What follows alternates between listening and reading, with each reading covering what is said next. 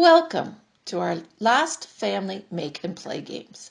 We are going to use simple materials we can find at home to create a game that can be played by the whole family. My name is Miss Karen and I'm the children's programmer at Pioneer Park Library. For our last family make and play, we will be making a game that you probably all played before. Sammy and I will be making a tic-tac-toe game that you can take with you. For this activity, you need an old pillowcase, some tape, lots of rocks, paint, and some markers. These supplies will help you make a game you can take with you. You could also use other supplies like sticks and pine cones, or sand and shells for an eco-friendly game you make and leave. These instructions will be for the pillowcase and rock game, so stay tuned. Sammy took some tape and measured out a simple grid with 9 spaces to put your rocks on. You could measure it with a ruler, but Sammy just estimated. You could use any tape that you have or purchase some colored tape. We're using masking tape. Now go on a rock hunt. Sammy looked for smooth stones that were about the same size, as you will want to either paint or draw designs on the top of. You need 10 rocks, so have fun hunting for them.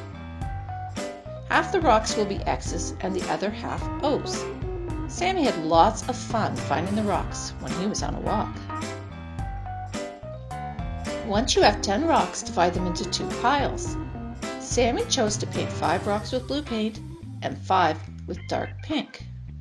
Let the paint dry before you draw X's on one color and O's on the other.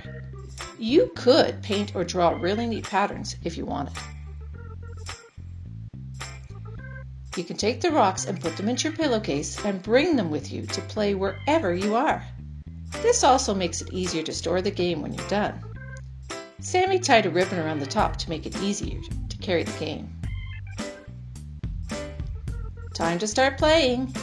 Each player picks whether they will be the X's or the O's. Players take turns putting the rock markers in the empty squares. The first player to get 3 markers in a row, this could be up, down, across, or diagonally, is the winner.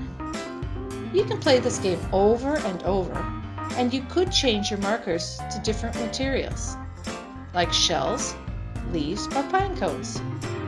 You just need to be able to have 2 different groups that are really easy to identify. Both Sammy and myself would like to thank you for joining us for KPL Presents Family Make and Play. We both had so much fun and we are sad this is our last installment. Please stay tuned for new and exciting programs on kpl.org coming soon, and stay safe.